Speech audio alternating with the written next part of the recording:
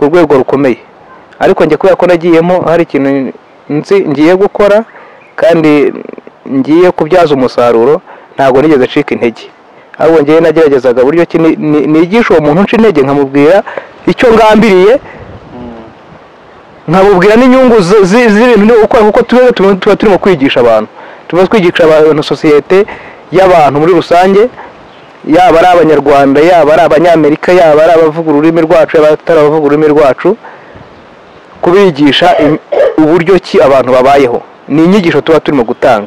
Rero ntabwo biriya bintu dukora uko tuba tubikora n'ubuzima busanzwe. Niba Pastor Mathias bamufata arimo aratereta abakobwa n'abagore, mu buzima busanzwe ashobora kuba ataranabyigeze. Nk'ubu nkanjye nihereyeho kuvuga mu ndimi ntabyo njya nkora, sinjya nanabikora.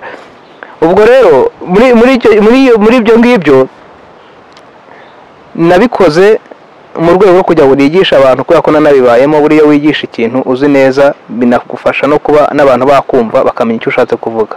Murakoze.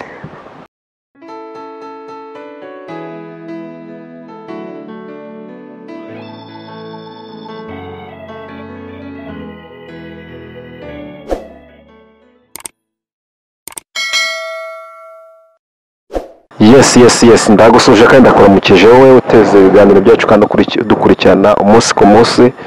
Turavuze ngo ineza y'Imana ikubeho aho hose, kandi turavuze ngo umwaka mushya muhire kuri mwese. Wowe diaspora yose ndayisohokeje. Rero iyo mvuze diaspora mbavuze abari muri Amerika, South Africa cyangwa se Afrika by'umwihariko yose, i Burayi, Aziya, mwese ndabasuje. Ariko cyane ariko nta nubwo nakwibagirwa abaturanyi banjye.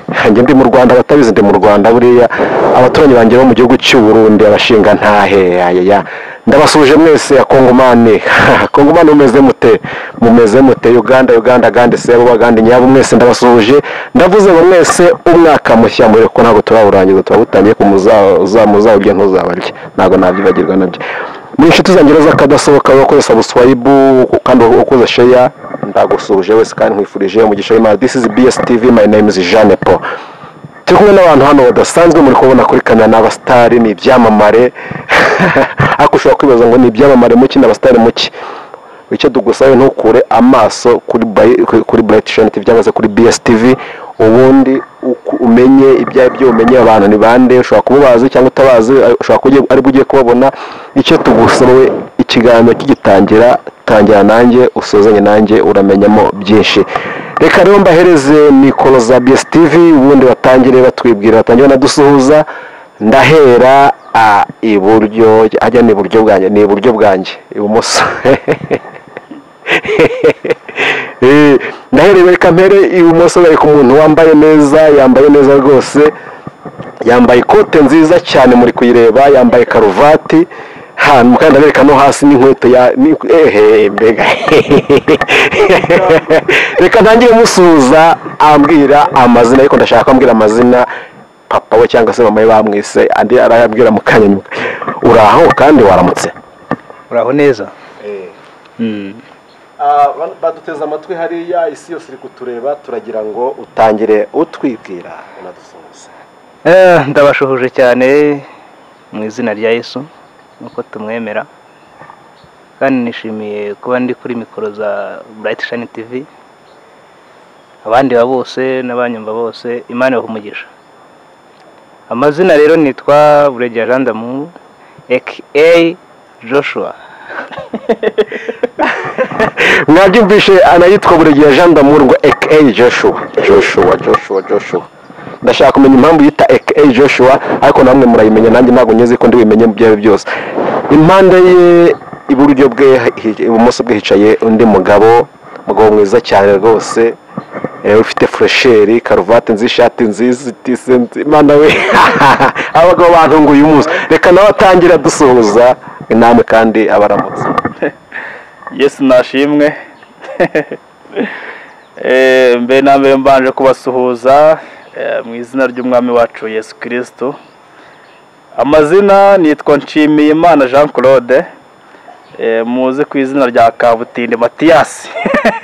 Pastor Mathias. aha mwabyumvishe mwumvishe ko turi kumwe n'umuntu udasanzwe nubwo avuze ngo ni kabutindi, turi kumwe n'umukozi w'Imana Pasiteri Matiyasi. Twamutumiye kuri zino kamera za BSTV, ni umusitari, ni icyamamare mu Rwanda no ku isi hose, ariko tugiye mu kanya tugiye gutangira batuganirire tumenye ubuzima bwabo bwa buri munsi. Reka mbereze mikoro bagende batuganiriza uko babishoboye. Reka rero mpahere kuri Pastor Matiyasi, umva ko umuntu w'umupasiteri ne duheraho. Reka tumuhe mikoro dutangiye tubaganiriza.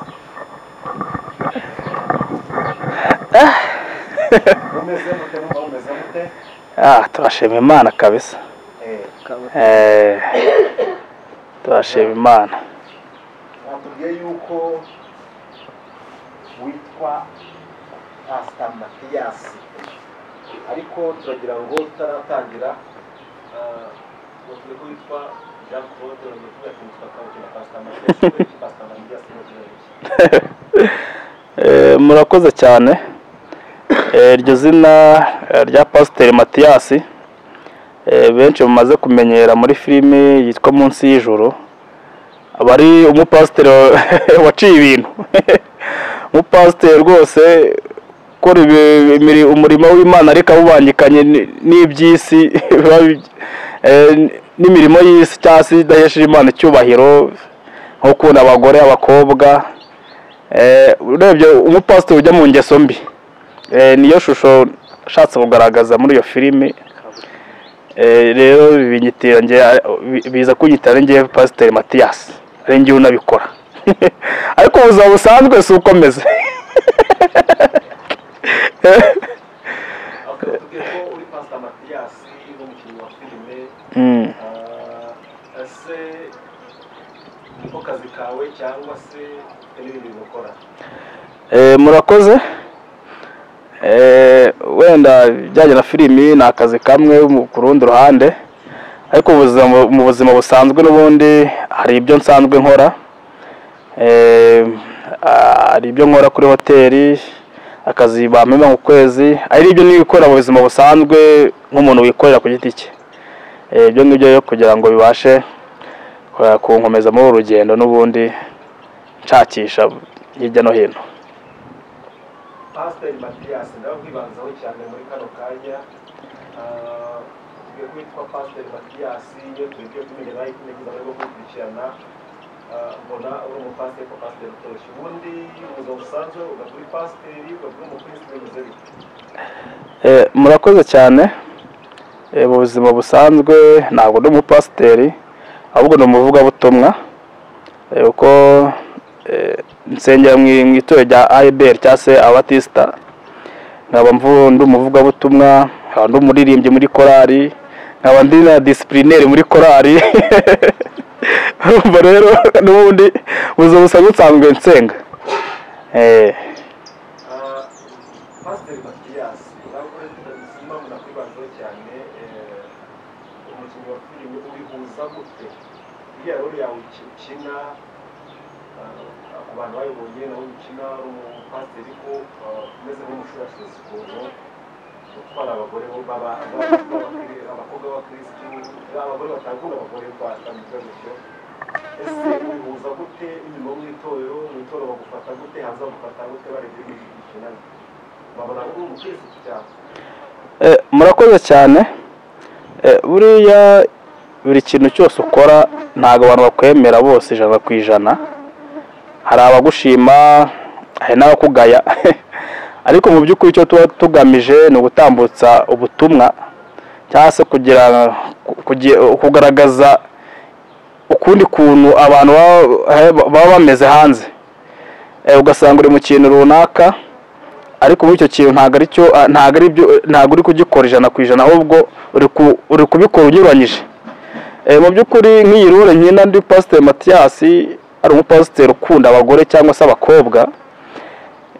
Ni ibintu nakiriye kandi bibaho, biba mu bantu, kuko hari ibyo nigeze kubibonaho. Wenda navuze izina imbere ya kamera. Ibi ngibi bintera motivasiyo yo kubikina kugira ngo byereke abantu bose yuko hari ibintu abantu babamo, ariko kugira ngo babikore 100%, bakikoreramo ibindi. Ukaba uri umupasiteri mu by'ukuri abantu bakwemera nk'umushumba, ariko ku ruhande wikundira abakobwa, wikundira abagore, ni ibintu byeze kuri iyi si kabisa. Ni ibintu byeze, ari byo twashatse gukina kugira ngo bigaragarire buri muntu uwo ari we wese. Twagiye kuri Jean d'Amour aka Joshua. Kagabo kanzengereje sha. nkomeze muzengereza. Turakuzi nawe muri filime Munsi y'Ijuru, hari n'izindi tujya tukubonamo zitandukanye, ariko kubera iki filime gukina filime byaje gute? Watangiye gukina filime byari ese byaje gute kugira ngo utangire gukina filime? Murakoze cyane. Gukina filime narabikundaga n'ubusanzwe, ariko buriya iyo ufite impano hari igihe irebwa n'abandi wowe ukaba utari wanayibona. Icya mbere ni ukubikunda. Ikindi njyewe impamvu nabyinjiyemo, ngira ishyaka cyane ryo kuba nakwigisha umuntu, haba mu nyigisho bisanzwe haba no mu bimenyetso. Hari ukuntu wigisha umuntu ukoresheje ibimenyetso, hari n'igihe wigisha umuntu ukoresheje amagambo cyangwa ibitabo. Ibyo rero umuntu umwe yigeze ansanga ambwira umushinga afite wo kuba yakora filime. Amaze kubimbwira sinapfuye guhita mbifata neza, nabaye nk'umuntu umuha akanya. Namubwira nti weho genda nzaguhamagara nkumenyeshe niba nafashe umwanzuro wo gukina filime. Naragiye rero mbitekerezaho nsanga byaba byiza kugira ngo nanjye ntange umusanzu wo kuba nakwigisha abantu nkoresheje filime. Ndabikunda, ndabikora, ndumva aho bigeze aha ngaha nanjye hari icyo maje kugeza ku bantu bankurikirana bitewe n'inyigisho ziba zirimo nk'abantu bankurikirana. Nyifata nk'inyigisho, ni isomo. Mba ndimo gutanga isomo. Iyo ndi kuri scene mba ndimo gutanga isomo ry'umuntu wese uzankurikirana. Iyo turi kubona ukina umuhanuzi, ese n'usanzwe umuhanuzi cyangwa ntabwo buriya rero ubuhanuzi, hari abazi ko guhanura ngo ari ukujya mu mbaraga z'umwuka warangiza ukajya mu ndimi zitumvwa n'uwo ari we wese.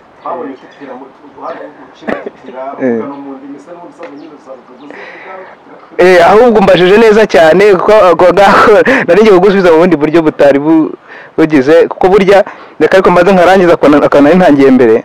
Burya umuhanuzi, ijambo ryose riturutse mu kanwa k'umuntu ariryo rishobora kuba ubuhanuzi mu gihe runaka, bitewe n'igihe rivugiwe cyangwa se bitewe n'urivuze rikaba ubuhanuzi.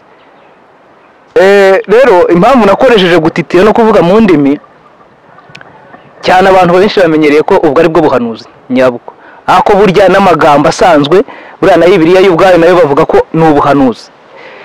Gutitira rero warumbajije ngo gutitira navuye ngo ni filime, kandi filime ni ukwigana ubuzima runaka.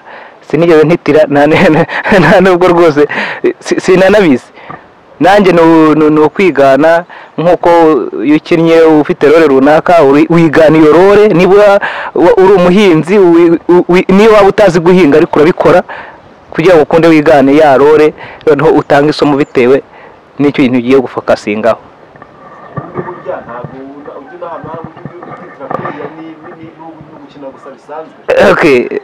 Mpanura mu buryo butari buriya.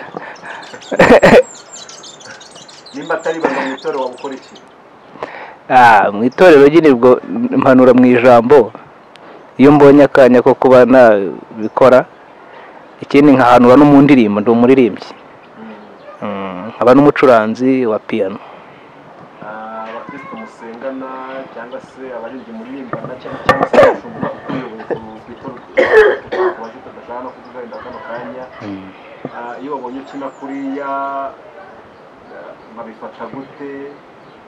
Ese nta muntu wagusanga wenda ngo aguca intege ati ibintu birimo ni ibiki, bagufata gute muri sosiyete ubayemo mu itora cyangwa se mu idini? Ibyo bikaba bibiri uvuze byose byambayeho, ariko nk'umushumba w'itorero we nta kintu yigeze anganirizaho, ariko abandi dusenga nabo babinganirizaho, avuga ati biriya bintu bakoze ni ubupagani. Biriya bintu ni ubupagani, nta muntu muzima wo kujya ariko njyewe impamvu nabikoze, iyo uri mu bintu ahanini ukuramo isomo. Buriya rero iyo ubonye isomo ukaryihererana rero mu mutima wawe nturisangize n'abandi ngo n'utabize abimenye, ubaye umunyabugugu. Ubundi icyiza ni uko umenya ikintu ariko ukagisangiza n'abandi nabo bakagira ubumenyi kuri icyo kintu. Njye rero mu rwego rw'uko nakubwiye yuko nafashe kayo kwigisha, ndatanga isomo, niyo mpamvu mbikora. N'umuntu wese iyo nsanze akambaza ngo biriya bintu ukora, ndamusobanurira nkamwereka ko ni isomo mba ndimo gutanga, ntabwo aba ari ibintu ngambiriye kuba wenda naderanje cyangwa se nashaka guharabika. Sinzi umuntu nimba nabisomye ahantu muri Bibiliya ntabwo mbyibuka neza, bakavuga ngo kwigana ngo umwuka ngo ni icyaha, ngo ukoze icyaha nta muntu waguhuguriye abona uri kuvuga mu ndimi kuriya, abona ufite uruhanura, nta muntu waguhugura ati uri kwigana umwuka ukora ibyaha, nta muntu waguhugura kuri icyo kintu, avuga ngo icyo kintu kireka ngo ntukavuge ziriya ndimi ngo ntugahanure kuriya, nta muntu waguhugura gutyo ngo akubuze. Nubwo iryo jambo ntararibona aho ryanditse, ariko se umwuka kumwigana ni gute? Nta nubwo nanabishobora kwigana umwuka. Buriya rero hari ibintu bimwe abantu bajya bitiranya mu buzima tubayeho no kwigana. Nk'ubu niba nambaye ikote, ubuse ni njyewe wa mbere se nambaye iri kote, nuko nabonye hari uryambaye mbona riramubereye. Hari n'uwaryambaye bwa mbere araberwa, abandi nabo baramukurikira. Iyo dukurikiranye amateka y'abantu dusanga abantu baravutse babo nta myenda bagira. No mu Rwanda iyo ukurikiranye amateka usanga hari abantu batangiye kwambara, abo bantu bakitwa abantu bakomeye mu gihugu. Bityo rero ko iterambere rigenda riza bagenda bigana. Natwe imyenda twambara yambarwaga n'abazungu. Ubwo rero kuba twarabiganye tukaba tugeze kuri uru rwego ni ikigero cyiza cyekana ko kwigana ari byiza.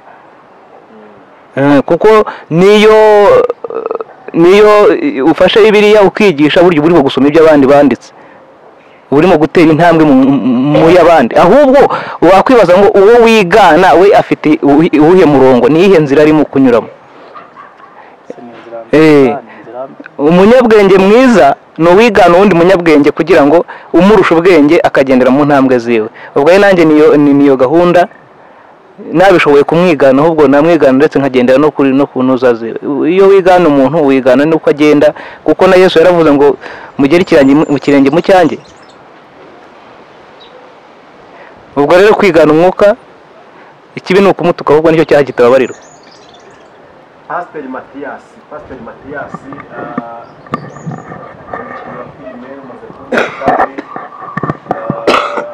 ariko tubona kuri mukina hari isabu n'utunga gatatu kabigenda abapasiteri bamwe bameze nka kumukina ndakeka.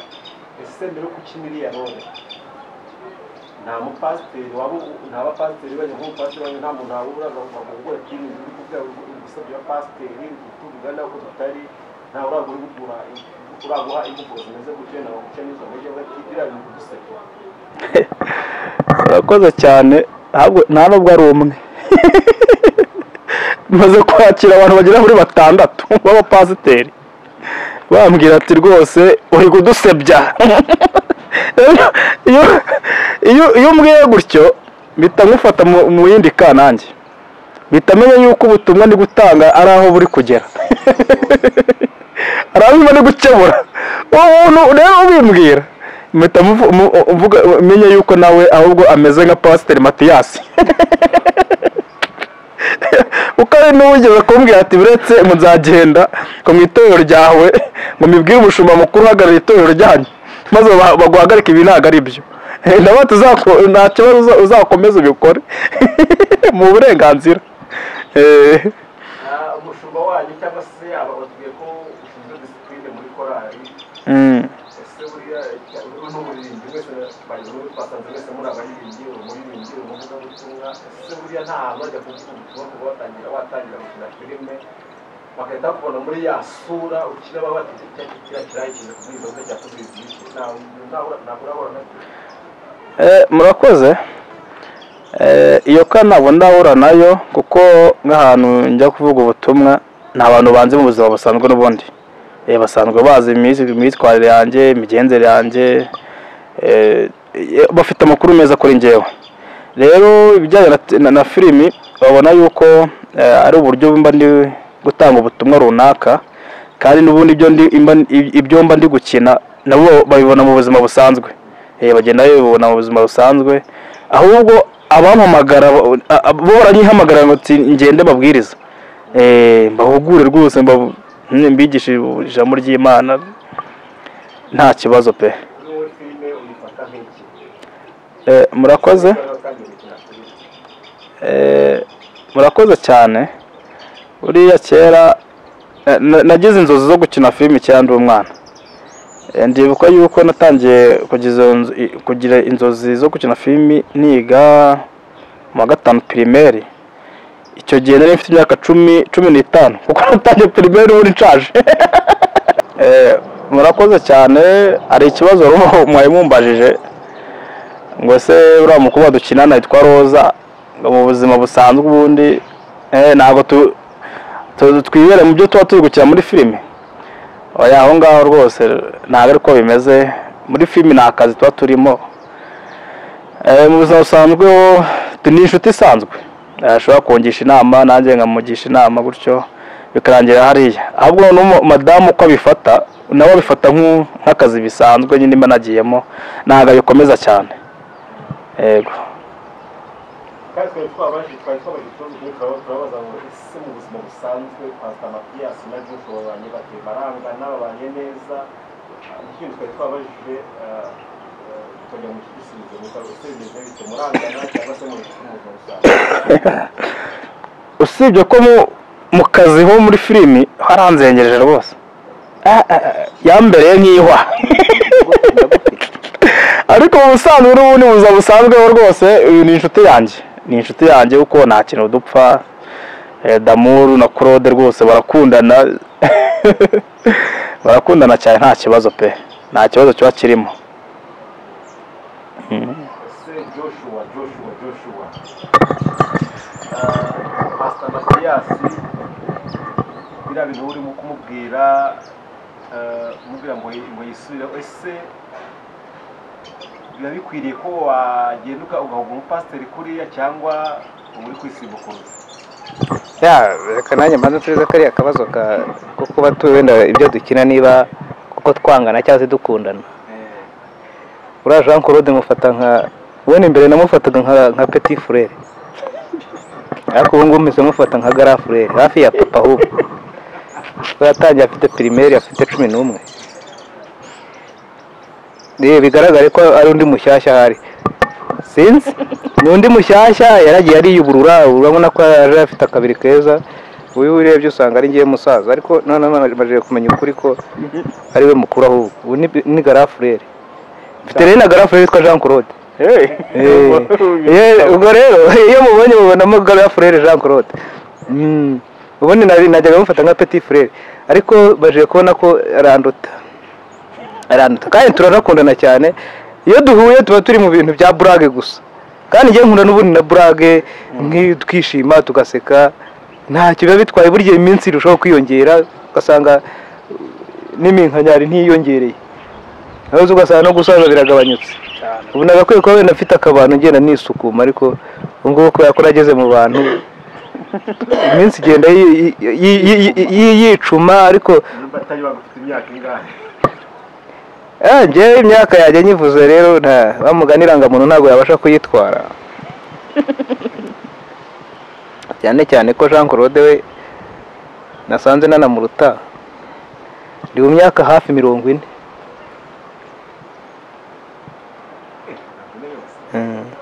Wowe ariko Jean Claude afite nka senkani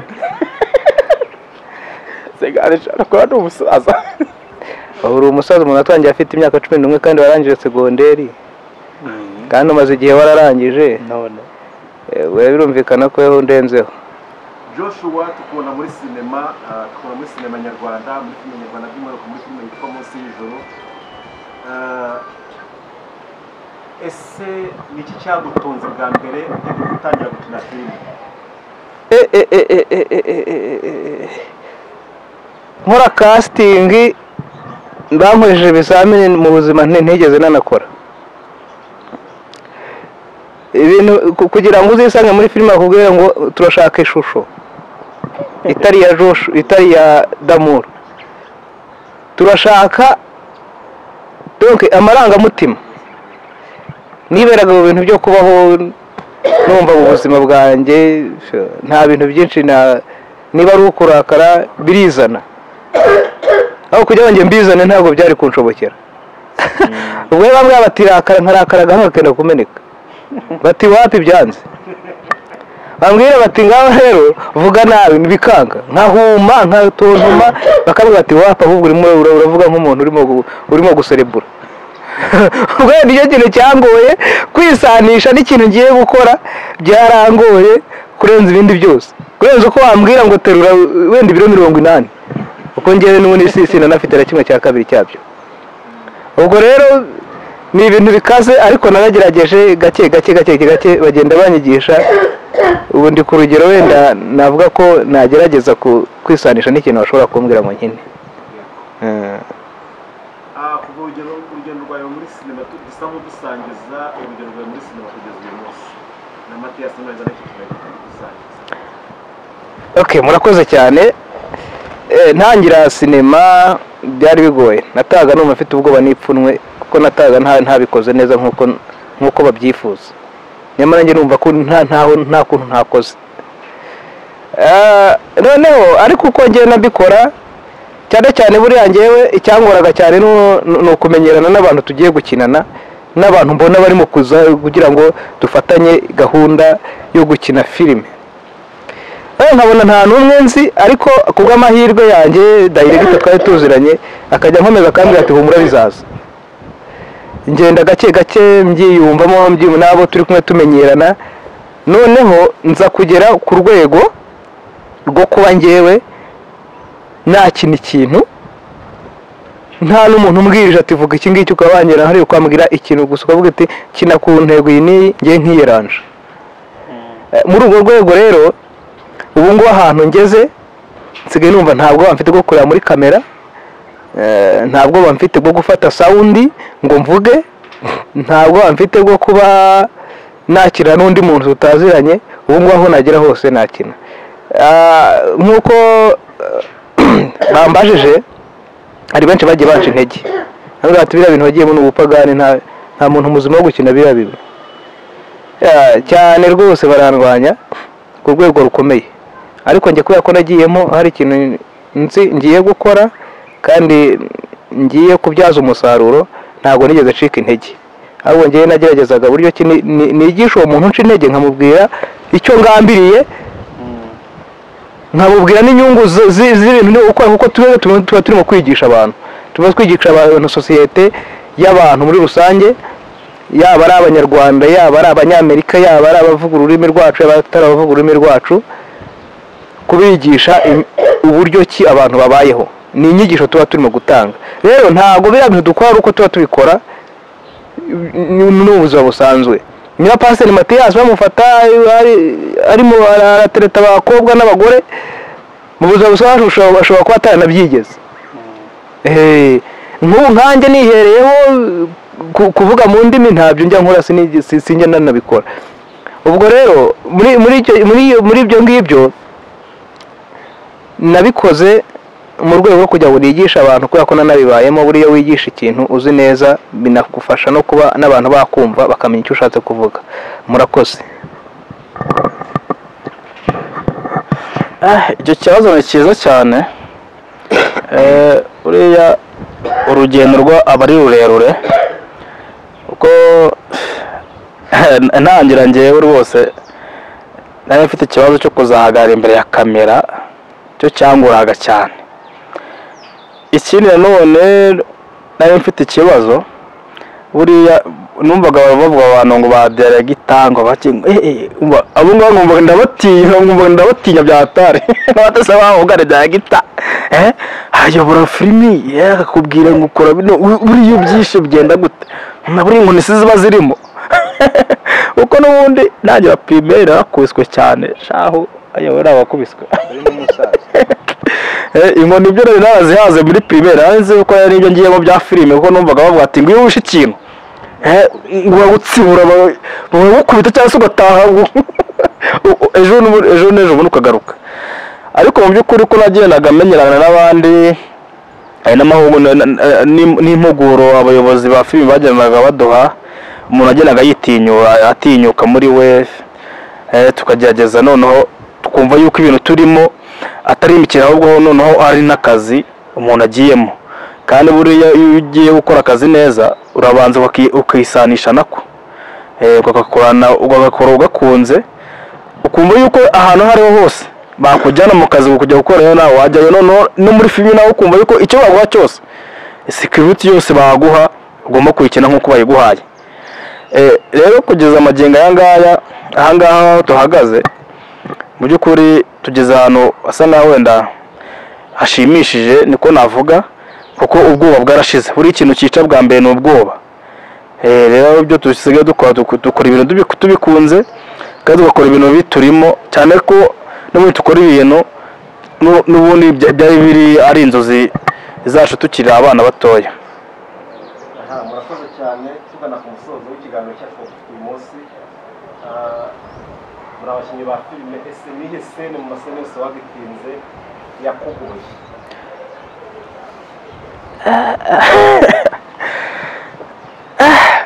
seni bankinishije ikangora iseni twakoze umukobwa aza gusura Matiyasi mu rugo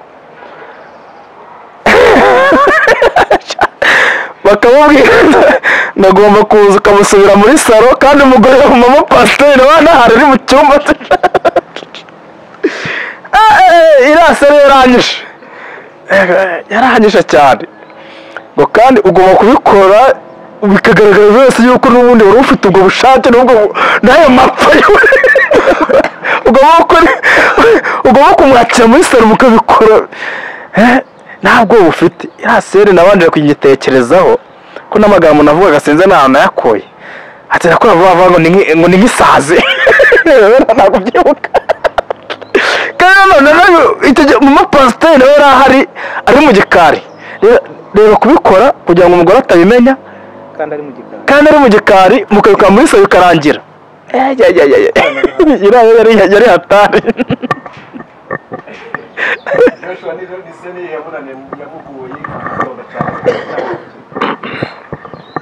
yewe ni nk'aho ari hafi ya zose cyane buriya ko kugira ngo uzahangare umuntu witwa ngo ni umushumba byo ni hatari yego umuhangare kandi noneho umubwire ntabwo bufite ni ibintu bitoroshye rero iyindi sene ijya ikunda kungora iyo bampuje na rukundo yakitinga n'umujinya ari ngewe wamugani rero nifite ibiro nk'iby'amajyane numva ari buntere bagahita ndenza urugo yaza akankubita hasi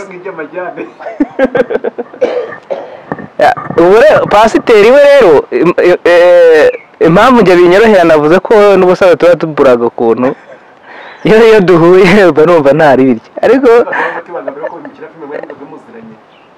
oya Matiyasi twamenyaniye hariya ni muri filime noneho tuba n'inshuti birenzeho mbanye n'umuhanuzi wiwe ariko biba ingorane tudahuza.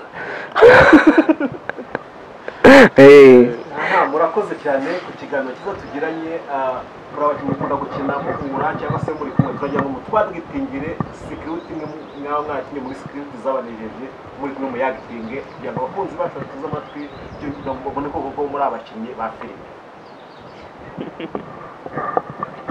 Turakiriyemo twakoze nyinshi turakora ihese muraturebera sene imwe mushobora gukina mukandika mwagize mukina aryoshye cyane muzi yahitinze kugira ngo abantu baduteze amatwi babone tuba abantu nta bakinnyi ba filime koko. reka nangire. umufasha Joshua rero ndakumva. ikintu naguhamagarira aha ngaha ntureba uriya mukobwa uririmba muri korali ya kabiri sha hamwe n'uriya muhungu witwa Adeliye ntabwo babona nabibutse. ngiye kuguha amafaranga ugenda uhanurira kariya gahungu witwa Adeliye sha yuko agomba gushakana na Roza urumva neza umuhanurire ibinyoma. Ese ni wa mukobwa w'igikara mugufi ya munini ukura? uwo nguwo niyo ndi kukubwira w'inzobe. uwo nguwo rwose ndabibutse. ugenda umuhanurira ibinyoma yuko agomba kurongora Roza ngo kandi natamurongora sha azahura n'ikibazo gikomeye. Pastor, mpanura ibinyoma ndi umukozi w'Imana? Oya. ariko sha Sinshobora gukora ikosa ryo guhanura ibinyoma, nge ndi umukozi w'Imana kandi wasizwe amavuta, ntabwo ngomba kwiyandurisha iby'isi. Rero nemerewe guhanura ukuri kuko n'ubundi ndi mu mwuka w'Imana. Urabyihanganira Pastor? umbaye sha Joshua ndabura inzara yarakwishe humura wowe nubinkorera sha ndaguha amafaranga urumva neza amafaranga ashyushye ugende uhanure gusa nicyo ngushakiraho nta n'ikindi. Pastor, amafaranga sha oya. Nayo yaravuze ngo gukiranuka ko aragukomeje kandi ntiyavuye ku Mana bitewe n'ibigeragezo n'ibibazo yari afite. Rero kubw'amafaranga ntabwo ngewe nshobora kwihandurisha ibyo ngibyo rwose. Ihangane, inzara mfite izashira Imana ninsubiza kuko igihe cyanjye ntikiragera. Ngewe ndimo kunyuzwa mu ruganda, nimvamo nzavamo ndi zahabu nziza kandi nzavamo ibyo mbwira ngo inzara iranyishe ngo gusonza ngo nta mafaranga nzaba mbifite byose. ariko sha Joshua wumva yuko Imana izamanuka mu ijuru ikaza no mu isi gutabara ahubwo izagutabarira mu bantu sha. rero nanjye urumva yanyuzeho kugira ngo igutabarire kuri njyewe wegene ukora icyo ngusaba none ndangiza guha amafaranga urumva neza. nawe nuwaga shawo uyu buryo uzawusariramo uzakomeza wicwa n'inzara. Oya Pastor, ikintu ni kimwe, Imana izantabarira mu nzira nziza, ntabwo izantabarira mu nzira mbi. Kandi na Yesaya yaranditse ngo ubwo umwami Imana azantabara niyo ituma ntamwara kandi uruhanga rwanjye ruzarushaho gukomera bitewe n'ibigeragezo nyuramo kandi n'ibibazo nyuramo.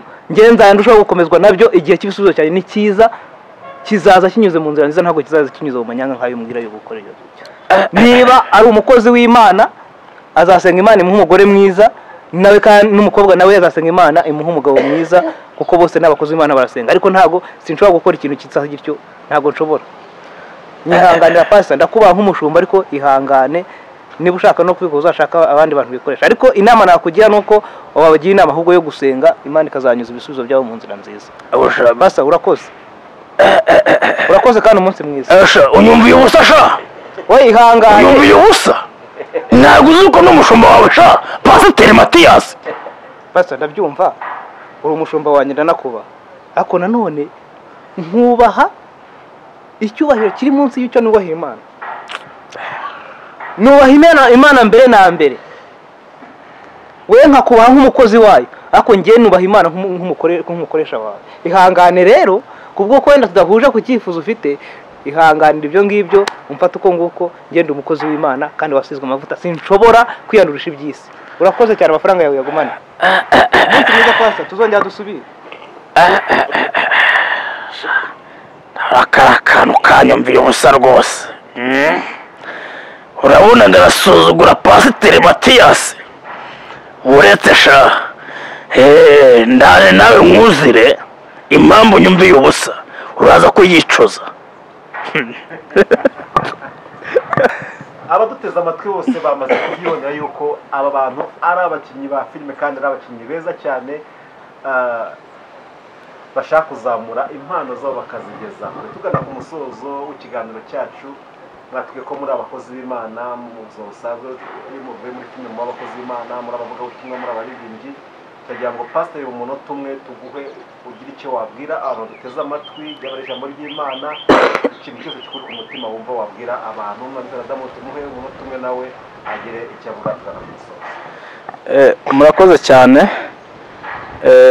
Nk'uko mubivuze n'ubundi turi abakozi b'Imana.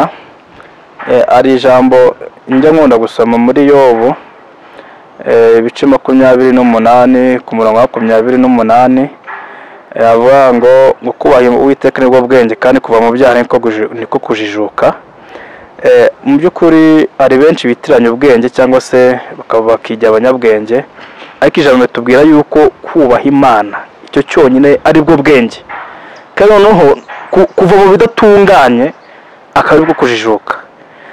Niyo mpamvu rero ngira ngo mbwire abaduteze amatwi yuko icyambe tugomba kubaha Imana, kandi ibyo dukora tuba tuzi yuko Uwiteka Imana batureba.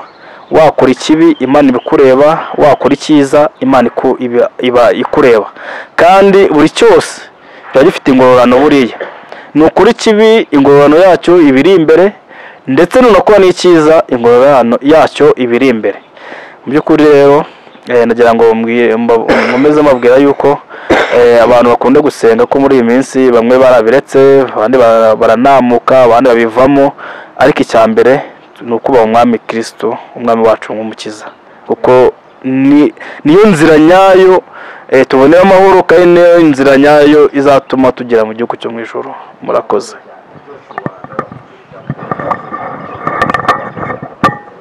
Murakoze cyane abantu baneze amatwi. Ndagira ngo mbabwire yuko iyi filime dukina ni filime y'icyigisho, ntibayifate nk'aho ari filime yo kwinezeza cyangwa se yo kuba twebwe bwari dufashe igihe cyo kuba twakina ibintu tudafitiye intego. Filime yacu ni icyigisho, nibayikurikirana bakazageza aho izarangirira bazabonamo icyigisho kandi bazakomera mu rugendo. Hari ijambo ry'Imana nasomewe bwa mbere nkigera, kuko njye nakijijwe ndi umwana mutoya, natangiye nsomerwa Bibiliya ntabwo nari nakamenye no gusoma. Riri muri Yohana ibice 3 umurongo wa 16. Iri jambo narimenye nkiri umwana, ariko na n'ubu ntabwo ndaryibagirwa. Ni ibice 3 umurongo wa 16 turavuga ngo kuko Imana yakunze abari mu isi cyane byatumye itanga umwana wayo w'ikinege kugira ngo umwizera wese atarimbuka ahubwo ahabwe ubugingo buhoraho. Iri ni ijambo ngira ngo hari buri muntu wese ararizi, twagiye tuyisomerwa turi no kwiga Ecole de Dimanche, abandi barisomerwa barimo kwiga igice ku mubatizo. Ariko iri ni ijambo ridasaza, kuko Imana yakunze abari mu isi cyane byatumye itanga umwana wayo w'ikinege kugira ngo umwizera wese atarimbuka. Rero hari abantu benshi bagiye bafatira ijambo barikavaringa bukuku bwabo. Niba wizera umwami wawe, donc niba waratangiranye na filime yacu, bigaragara ko pasiteri ashaka gufatira abantu ku gakanu, abafatishije amafaranga ndetse n'ubutunzi kugira ngo akore ibyo ashaka nawe yinezeze mu byo ashaka. Ariko iri jambo rishatse kuvuga iki? Ubwawe ugomba kwirwanaho. Iyo urisomye usanga ngo numara ko niwizera umwami wawe, nicyo kintu kizatuma byonyine. Iyo urusomye neza ngo iyo umwizeye ntabwo uzarimbuka, ndetse n'ibyo utekereza byose kuba wabona cyangwa se wageraho, iri jambo ririmo byose. Niwe ubwawe, nta wundi uzava hano guha amafaranga ngo kugira ngo ukunde ukire, kugira ngo ukunde ubone umugore runaka, kugira ngo ukunde niyo byanyura mu buhanuzi. Kuko niba ngenda narakinnye mfite role y'ubuhanuzi nanga ari amafaranga, hari abayemera. Ariko ijambo nusoma Bibiliya izakubwira yuko wowe ubwawe ari wowe uzishakashakira kubaha umwami n'uwawe, hanyuma ukazagera ku rwego rushimishije kuba wakorana n'Imana icyo ari cyo cyose ukeneye ukakibona. Ngo byatumye itanga umwana wayo w'ikinege kugira ngo umwizera wese atarimbuka. Mwizere kugira ngo utarimbuka. Wikwizera pasiteri ko ari uzakunyuza mu nzira weho ubwawe ushaka. Izere umwami wawe, izere Yesu Kristo kugira ngo we kuzarimbuka. Rero iri jambo ngiye nagiye ndisoma cyane, na n'ubu ngo riracyamfasha. Ni nayo mpamvu nanjye ndibabwiye kugira ngo ribafashe. Wizere umwami wawe n'umukiza, kandi kurimbuka kwawe biri mu maboko yawe, ntabwo mu maboko ya pasiteri. Pasiteri ashobora kukubwira ibyo we atekereza, ibyo we yarose, ibyo we yarayemo, cyangwa se ibyo watekereza, ariko weho ubwawe iri jambo rigukomeze, weho untega amatwi kandi umenye yuko ari weho ufite agakiza mu biganza byawe, ntukareke uzakazitura hasi kameneke kandi kugafata bizakugora. Murakoze cyane. ikintu wabwira abantu bifuza gukina filime babuze uburyo, nicyo kintu wagira inama wabagira, cyangwa filime yanditse mu gukina ngo bisanzwe? Murakoze cyane. Wenda reka mbanze mvuge ikintu gikenewe. Icya mbere, kugira ngo niba dukina bibashe kugira umusaruro, ni ukubanza ukana subscribe. Icyo ni icya mbere. Ukanasharinga kugira ngo n'ubutumwa turimo kuvuga bugere ku bantu bose. Icyo ni icya kabiri. Ikindi, ugatanga comment ya buri kimwe cyose ubona hari hatagenda, kugira ngo natwe ubwacu, kuko turi abantu kandi natwe dukeneye iterambere, dukeneye n'ibitekerezo byanyu. Hanyuma muduhereze comment niba hari aho tugomba gusa tuhakosore. Umuntu rero ushaka, wumva yifitemo impano, ashaka kuba wenda yayizamukiramo, akaza tukamufasha, kuko urabona ngiye natangiye rwose no guhinguka nk'abantu ari ikibazo. Noneho kuba nafata mikorofone nkarebwa na kamera byari ikibazo kuri ngewe, ariko aho ngeze urabona nakitinga neza. Nawe rero ufite icyo cyifuzo, wumva bikurimo, ubishaka, ubikunze, filime zacu zinyura kuri channel yitwa 4B. urandika ujya muri channel, kuri channel YouTube, ukajya aho bashakira, hanyuma ugakora research, ukandikamo F, ukandika na B. Ubwo F wenda mu bantu batumva indimi ni fa, si kane, ni fa na B, ukandika kane, hanyuma ukandika films. Ubwo ni fa, I, L ndende na E na M na S, nano ukandika limited ni R ndende na T na D. Hanyuma ubundi ukahita ubona urutonde rwa filime zacu uko rugiye rutondekanye. Noneho rero sasa kuba ushaka kuza kwifatanya natwe, ndumva warangira gukora ibyo byose, uzahamagara nimero ziriho, nazo ziriho, hanyuma bazagufasha uze dufatanye kuzamura sinema nyarwanda. Pastor Mathias, nawe ijambo rimwe n'icyo wabwira cyangwa usanga ikintu ese n'icyo wabwira nk'umupasiteri, n'icyo wabwira abapasiteri bagenzi bawe bitware bate, bagenda bate muri ino minsi? Murakoze cyane. Reka mbanze mpugura abapasiteri bagenzi banjye. Buriya intama twahawe turagire, mpamvu twahawe intama tuziragire, ntawe twazihawe kugira ngo tuzirye. Sinzi impamvu kino kintu kiri kumvikana. Twahawe intama kugira ngo tuziragire mu rwuri rwiza, ntabwo twazihawe kugira ngo tujye tuzirya.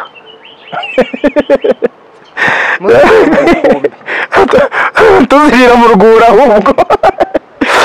Niyo mpamvu yongera mbwire umupasiteri ukora umurimo w'Imana abangikanyije n'umurimo wa Satani, ibyo ngibyo nabireke. Nimba warahawe imbaraga n'ubwo buntu bwo kubwiriza ubutumwa bwiza abantu, ubivangavanga cyangwa se ngo ubivangavange n'amarangamutima cyangwa se n'uko ubyifuza, ahubwo ukorera Imana nk'uko umwuka w'Imana abigutegeka. Ikindi, aho mushobora gushasanga filime yacu ni kuri channel ya YouTube yitwa 4B Films Limited. Ni ukwandika kane, ukandika ba isanzwe iri ya ba, noneho ukandika film isanzwe films, ukandika nanone ijambo limited, bitahaza urutonde rwa filimi zacu zose. ukareba rwose nawe ukishira amatsiko, ukareba aho Pastor Mathias atangiriye na Joshua, ukareba naho bageze ubu magingo aya ngaya, kandi mwakabyara nk'umukirwa ukora hari ahantu habanditse umutuku subscribe mugakandaho ukazogera kugira ngo andi mafilime azajya azaho ujye tuyabona bwa mbere, ndetse ukibuka no gusangiza inshuti zanyu, kandi turabizi neza ko mudukunda.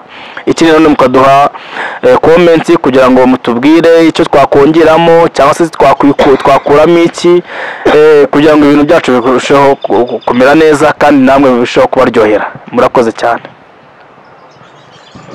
Wenda reka nongera kandi kantu mbatera amatsiko. Ubu nge na Mathias aho tugeze noneho ni umuriro. Ni umuriro. Ubu ni fire. Ubu imbaraga z'umwuka zigiye kugurwana n'imbaraga z'umwijima. Ubu noneho aho bigeze nutahareba uzabucitswe cyane, kuko uriya muriro nugucika. Noneho ubuhanuzi bugiye kwiyongera, imbaraga z'Imana zigiye kurwana n'iz'umwijima, murebe umuriro wacu. Ubwo se uzacikwa. Ubona umushumba afite imbunda ntabwo ufite ayo matsiko. Noneho umushumba yatangiye kugendana imbunda mu ikota yatangiye kugendana na bucura mu mbavu. Rero umuntu udukurikirana nutabona izi filime ahantu bigeze noneho biraryoshye, aho uzabona Rukundo noneho azazahinduye iyindi sura. None se ubona utayibona ntuzaba wacitswe. Nagukumbuzaga kugira ngo urebe bigiye gukurikira, noneho byo ni umuriro urenze uwundi muriro, kuko ibya mbere byo uhora bibonye, ariko ushishikari no kumenya n'ibiriho ubu ngubu. Murakoze cyane. Murakoze cyane.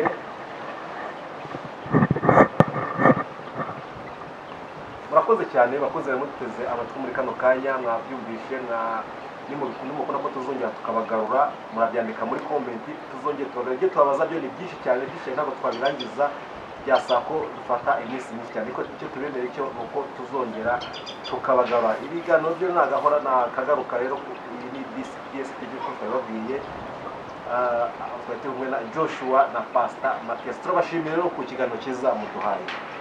Murakoze cyane. Reka nsoze nsuhuza abantu bose, groupe family, groupe actors badukurikirana umunsi ku munsi, ndetse n'abafanazi bacu bose badukurikirana umunsi ku munsi, bakaduha niyo nkunga tukaba tugeze ahantu hashimishije gutya. Natwe turabakunda kandi turabifuriza nawe kugira amagara mazima, ubuzima bwiza. Murabona Pastor Mathias nawe tuba turi kumwe, tuba dushakashaka buryo ki twabagezaho ibintu bifite umumaro, ibintu byabigisha bikabageza ku rwego rushimishije. Nanjye kandi ndumva uko byagenda kose n'abafana bacu tuzabashimisha ku rwego rushimishije. Murakoze. Murakoze cyane. Imana ibaho umugisha kuba twabashije guhura no gusuhuzanya, kandi ni iby'agaciro. Hari benshi bashaka kumenya amateka ya Pastor Mathias, Joshua, ese mu buzima busanzwe bumeze gute. Ndakeka ko mwese mwamenya aho kuri kandi mwamenya byinshi birushijeho. Uwiteka Imana akomeza abahe umugisha. Murakoze.